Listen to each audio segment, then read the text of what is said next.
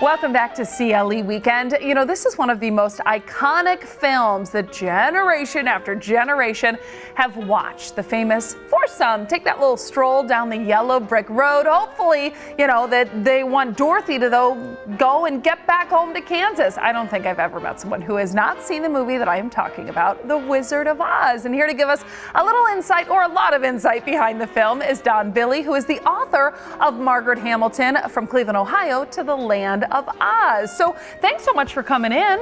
Yeah, thank you so much for having me. I mean, you wrote a whole book on her. You're a big fan. Yes, yes. I've always been a great Cleveland history buff, and finding a lot of information about Margaret. Many people don't realize that Margaret is from Cleveland. She went to school here at Bolton Elementary and then at Hathaway Brown, and I even gave you her... I know. This is the actual yearbook. Correct. From Hathaway Brown. And there's even the picture of her in here, which I know you blew it up there for us. Yeah, so I have a couple ones I blew up here that are in the book, and that's kind of showing, you know, her... That's her. She graduated. She looks beautiful. And she got the acting bug when she was in high school also, and this is her in the senior play, Commander Walk. Hathaway Brown is an all-girls school, so she had to play a gentleman in that. Oh my gosh, wow. Okay, so she grew up then right here in the area, spent so much time here, and then again, most people know her as the Wicked Witch of the West. So you detail in this book a lot more than just, like we said, Hathaway Brown, and you detail a lot. Yes, the other interesting thing is that she was a kindergarten teacher before she was an actress. Oh. So she deferred to her parents' wishes to be a kindergarten teacher, but she still had the acting bug. Yeah. Eventually she made it to Broadway, and then from Broadway she got into movies as a character actress, and a few years after that became the Wicked Witch. Yes. And another great trivia relating to that is most people don't realize she was not the original choice as the Wicked Witch. Really?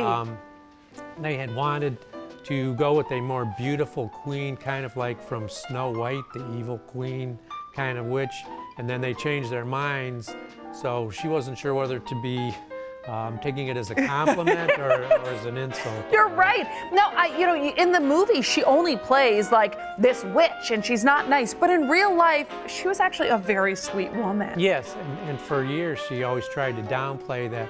She realized she probably scared more children than anyone else, yet she loved children so much, going back to being a kindergarten teacher. So she appeared on Mr. Rogers one time, and she tried to tell the kids, like, hey, you know, just kind of make-believe or whatever. But so that always kind of, you know, bothered her a bit, though, over the years or whatever. Yeah. So well, if you're a kind person at heart, you're like, I know I played this person, but I really am nice. Now, she was also a spokesperson for Maxwell House. Yeah, so the irony was most people knew her as the Wicked Witch, and then decades later she was Cora on the Maxwell House commercials. Wow. And so many people, when they first saw her as this grandmotherly, you know, innkeeper touting Maxwell House, it was kind of like, that's the Wicked Witch, you know? And then another irony is she earned more money playing Cora than she did from her other roles. Yeah, because that went on for several years or whatever. Okay, and I guess it makes sense. Right now, the movie and musical Wicked is like all the rage. It is so popular.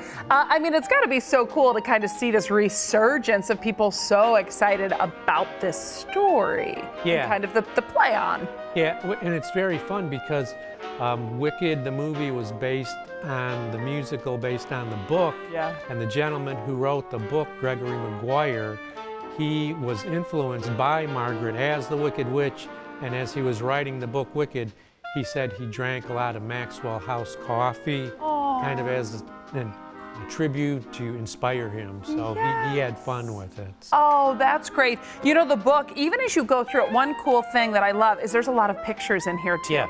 So it's not like you're just sitting down and you don't get to kind of walk through with some of these pictures. Yes, we've got our hands on the actual yearbook, but you've really put so much time and thought into this, especially for Clevelanders and anyone, you know, in the surrounding area.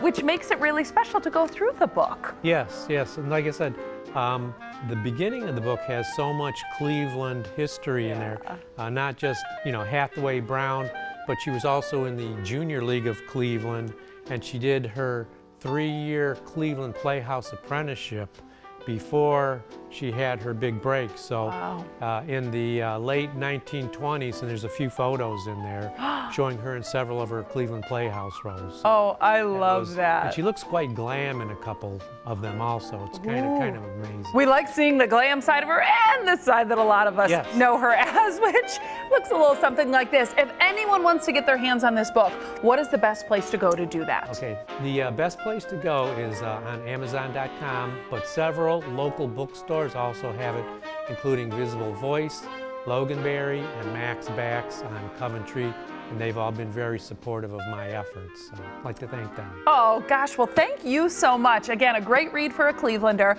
We appreciate it, Don, very much. Thank you so much. We'll be right back on CLE Weekend.